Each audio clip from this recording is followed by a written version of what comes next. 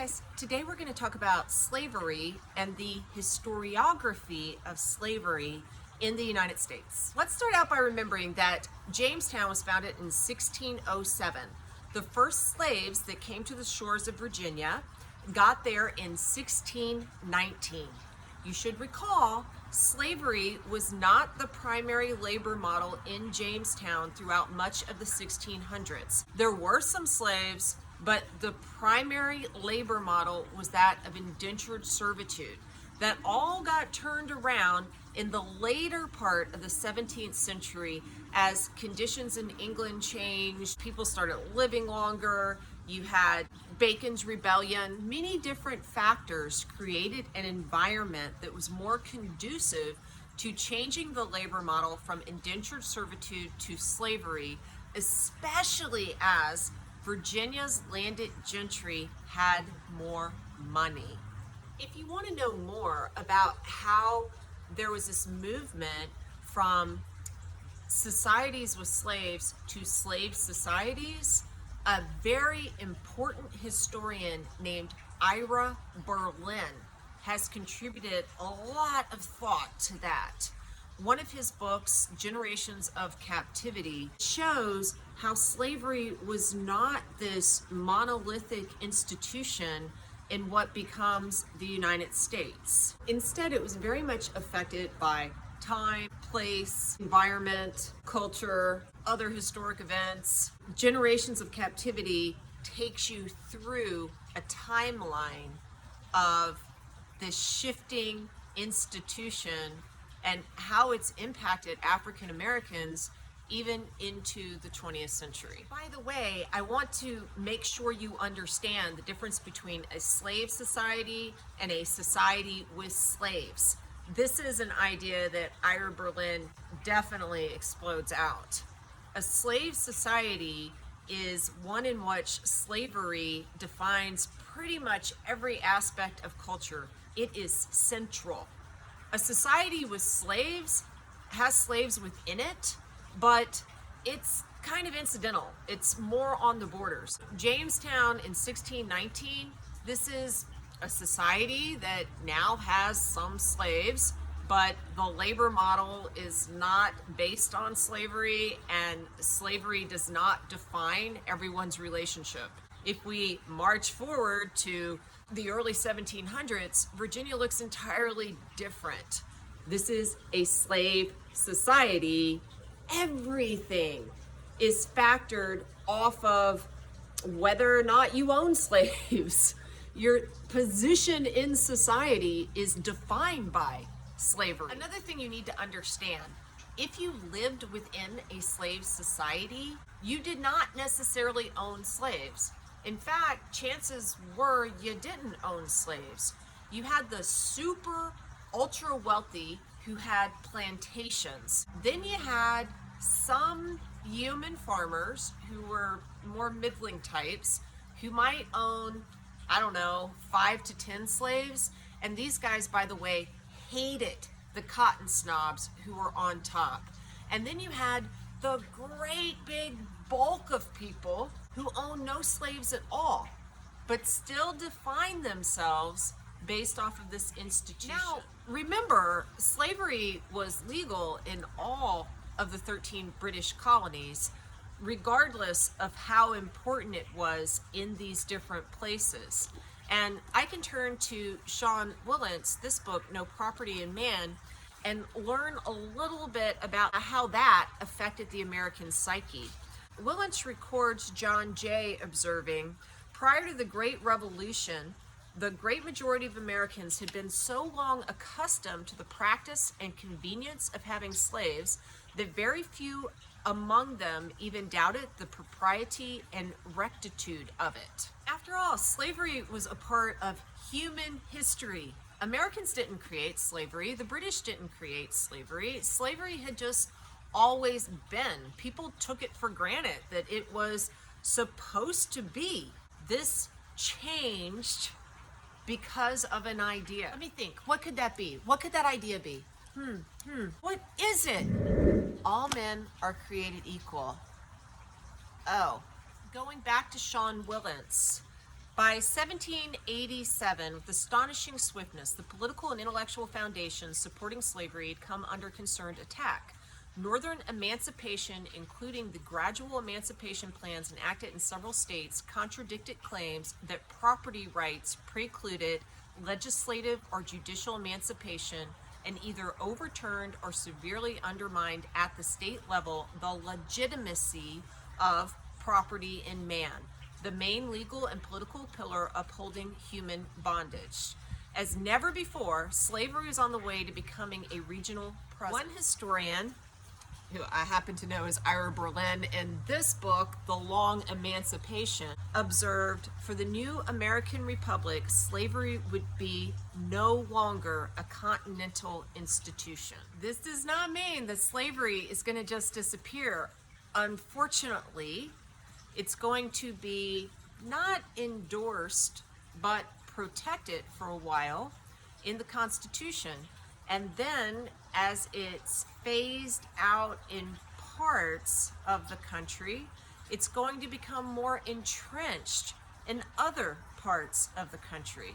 You're going to have new ways of arguing that it is an institution that shouldn't be questioned because it's actually good for humanity. It's a positive good slavery. While I'll expand on John C. Calhoun and how he frames the positive good argument in more detail elsewhere, keep in mind a couple of things that were going on in this time period.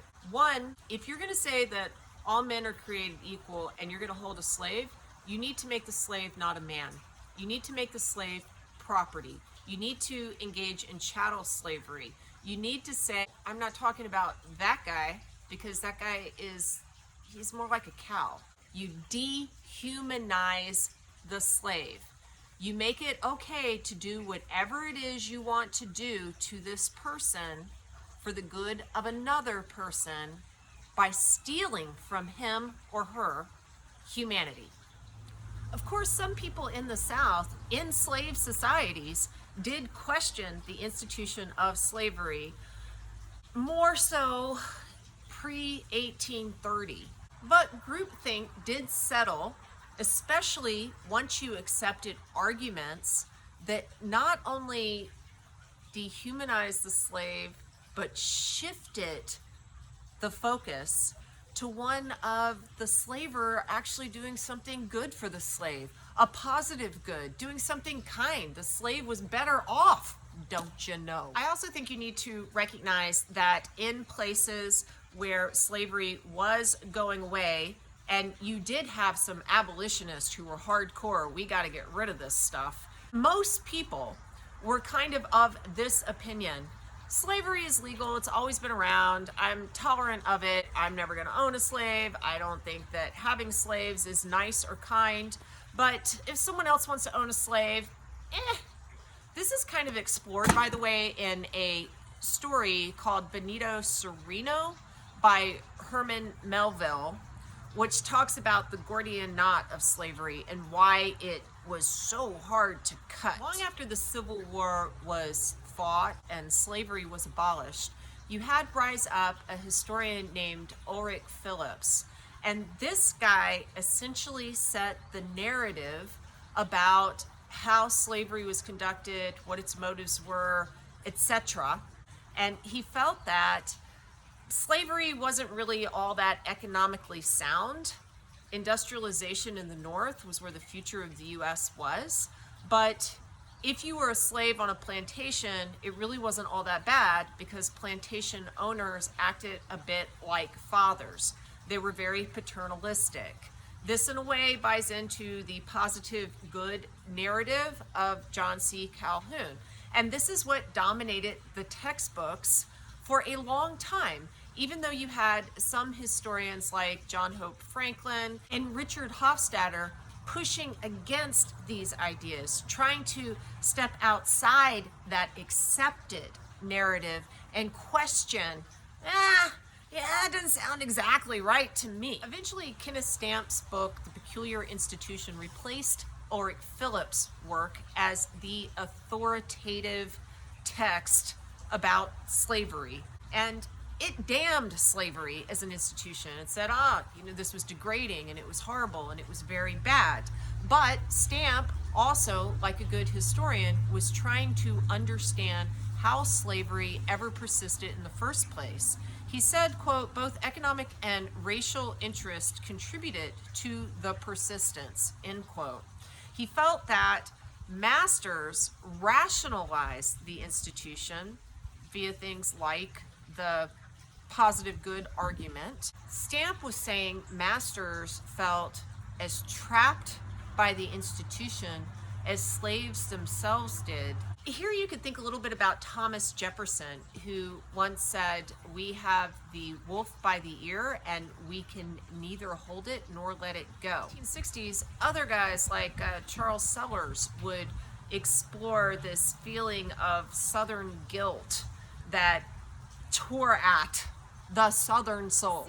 Van Woodward is another super huge historian who was writing in this time period about how the South was in many ways set apart from the rest of the country because it had been a collection of slave societies. And then later, after the Civil War, as you move into the 20th century, it was the home of Jim Crow because you had everything no longer defined by slavery, but by race itself. Of course, those two things had earlier been intertwined. By the 1970s, you have the great historian Eugene Genovese writing Roll, Jordan, Roll, which studies a process of continual renegotiation of power balances between masters and slaves. Another wonderful historian who is much more contemporary is a fellow named Walter Johnson.